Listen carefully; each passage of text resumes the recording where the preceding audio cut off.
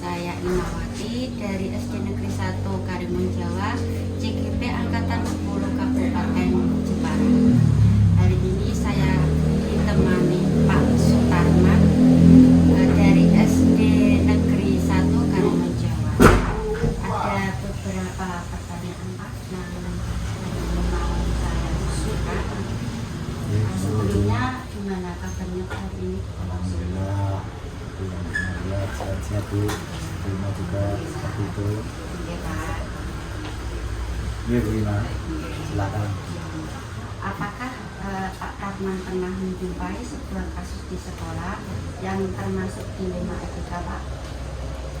Ya baik Bu, jadi tentu saja pernah, bahkan sering. Salah satu contoh termasuk program-program yang sekarang ini yang jalan itu termasuk salah satunya dilema etika juga ya. Karena kalau saya tidak ngizinin jenengan, ya nanti untuk peningkatan kemampuan guru itu gimana. Tapi kalau mengizinkan anak-anak, kalau ditinggal untuk kegiatan lokal misalkan gimana.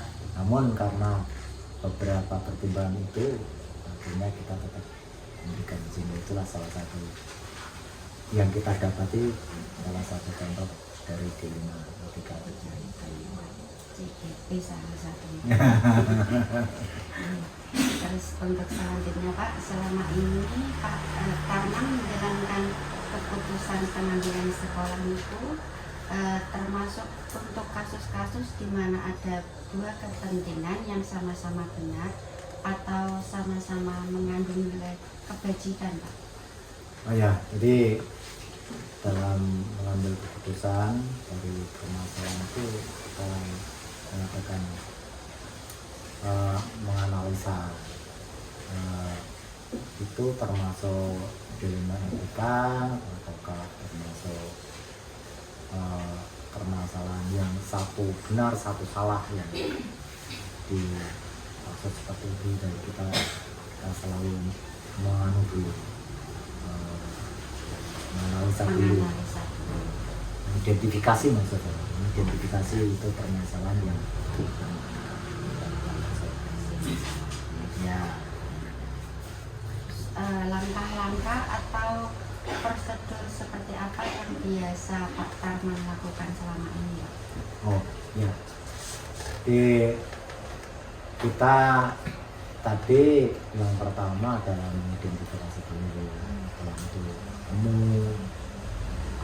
Selanjutnya kita juga mengambil, agar guru itu mengambil beberapa fakta-fakta di lapangan, sehingga untuk selanjutnya kita dengan hikmah, dengan prinsip-prinsip itu akhirnya kita untuk bisa menentukan pengambilan.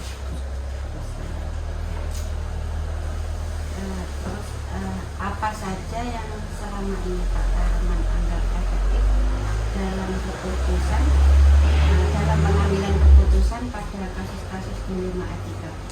Oh ya, jadi itu tadi kita pertama tadi mengidentifikasi, kemudian yang efektif itu tentu saja kita mengambil keputusan di mana itu yang lebih berpihak kepada kepentingan sama dengan mengambil prinsip-prinsip, juga langkah-langkah yang mengambil keputusan Untuk kepentingan bersama. Terus apa saja yang selama ini merupakan tantangan dalam pengambilan keputusan pada kasus-kasus dilema etika Pak? Ya, yaitu justru dari dilema itu muncul, itu menjadi tantangan buat saya. Artinya saya memang harus sebagai pimpinan harus memutuskan mengambil keputusan, karena memang itu semuanya bagus. Nah itu dilemanya di situ. Dilemanya di situ, kita memang harus memutuskan begitu. Meskipun dari satu sisi mungkin bisa dibilang terabaikan sedikit dari itu, karena kita tetap mengambil dari sisi yang lebih umum, yang lebih bermanfaat membaca khususnya untuk anak.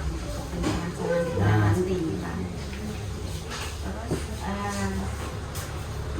Pak Tarman itu memiliki tata gala atau jadwal tertentu dalam penyelesaian kasus etika dilema, atau jenengan menyelesaikan di tempat atau memiliki jadwal untuk menyelesaikan bentuk atau prosedurnya itu seperti apa?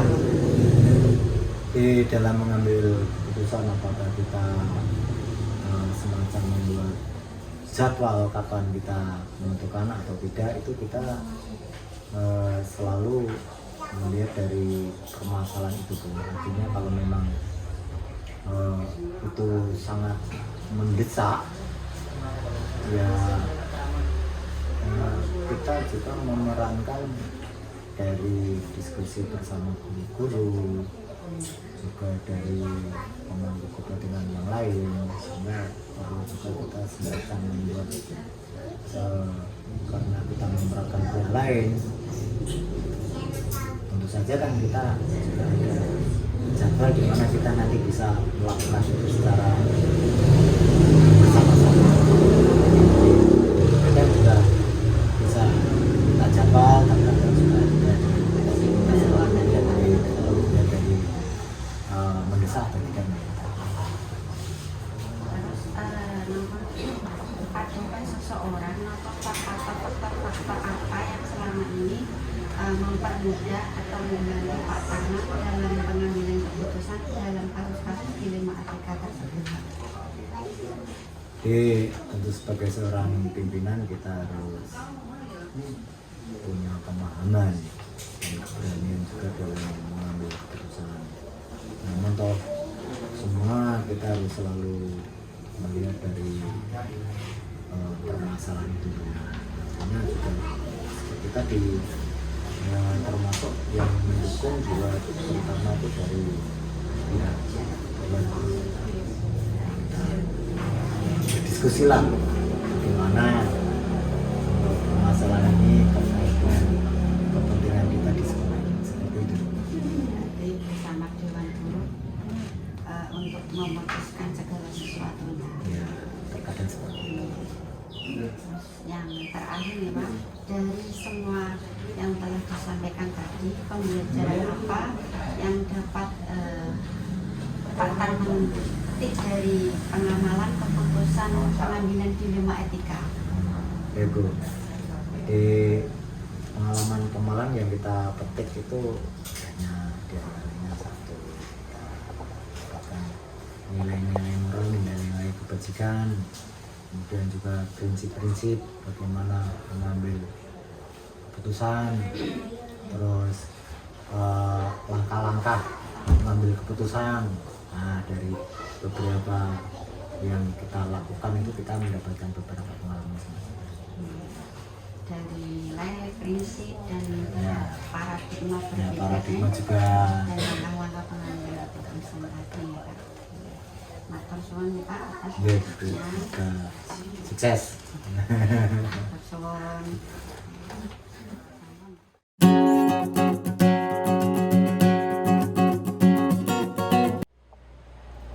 Assalamualaikum warahmatullahi wabarakatuh. Perkenalkan, nama saya Imawati dari SD Negeri 1 Karimun Jawa, CGP Angkatan 10, Kabupaten Jepara. Hari ini saya bersama Bu Vivi, Kepala Sekolah TK Pertiwi Karimun Jawa. Bu Vivi, bagaimana kabarnya hari ini? Alhamdulillah Bu, baik. Alhamdulillah ya Bu. Ini mungkin saya ada beberapa pertanyaan gitu. Yang pertama mungkin, apakah Ibu pernah menjumpai sebuah kasus di sekolah yang termasuk dilema etika? Oh iya Bu, pernah pada saat saya mengajar di TK ini, pada saat itu minta diluruskan. minta diluluskan ya Bu. Intinya kan masing-masing yang Iya. terus selama ini bagaimana Bu Vivi dapat mengidentifikasi kasus-kasus yang merupakan dilema etika atau rujukan moral Bu? Yang saya lakukan adalah dengan mengidentifikasi kasus-kasus yang terjadi dengan melakukan pengamatan terlebih dahulu terhadap kasus yang terjadi. Kita mengamati dulu yang bagaimana kita melakukan tindakan apa selanjutnya. Terus bagaimana Bu Vivi itu menjalankan keputusan pengambilan sekolah di TK Pertiwi tersebut untuk kasus-kasus di mana ada dua kepentingan yang sama-sama benar atau sama-sama mengandung nilai kebajikan ini. Saya akan berdiskusi dengan Dewan Guru sebagai wakil sekolah dulu. Di berdiskusi dulu ya untuk bekerja sama untuk pengambilan keputusan. Terus langkah-langkah atau prosedur seperti apa yang biasa Bu Vivi lakukan selama ini Bu? Iya. Yang pertama adalah saya akan mengecek dulu permasalahannya. Yang kedua, saya akan menentukan pihak mana saja yang terkait. Terus yang ketiga, dengan mendiskusikan dengan Dewan Guru jika menyangkut keputusan bersama. Iya. Kita tadi Bu mendiskusikan bersama-sama dengan guru yang ada keputusan. Terus apa saja yang selama ini Bu Vivi anggap efektif dalam pengambilan keputusan pada kasus-kasus dilema etika Bu? Itu Bu berdiskusi dengan pihak yang terkait permasalahan tersebut dari hati ke hati agar memudahkan dalam pengambilan keputusan. Terus apa saja yang selama ini merupakan tantangan dalam pengambilan keputusan pada kasus-kasus dilema etika Bu? Ketika saya harus memutuskan persoalan yang berkaitan dengan perasaan kasihan pada pihak-pihak tertentu, di situ saya terkadang merasa sangat kesulitan. Perasaan kasihan akan mengaruh juga ke dalam pengambilan keputusan. Terus apakah Bu Vivi memiliki takala atau jadwal tertentu dalam penyelesaian kasus etika dilema, atau apakah Bu Vivi langsung menyelesaikan di tempat atau memiliki jadwal untuk menyelesaikannya, bentuk atau prosedur seperti apa yang Bu Vivi akan jalankan Bu? Tergantung seberapa mendesaknya Bu dan seberapa besarnya pengaruh terhadap lembaga yang saya pimpin. Terus adakah faktor yang selama ini membantu Bu Vivi dalam pengambilan keputusan dalam kasus-kasus dilema etika Bu? Saya lebih melibatkan Dewan Guru jika memutuskan sesuatu yang berkaitan dengan persoalan sekolah. Dan kita juga melibatkan Dewan Guru dalam pengambilan keputusan. Dari semua hal yang Bu Vivi sampaikan, pembelajaran apa yang dapat Bu Vivi petik dari pengalaman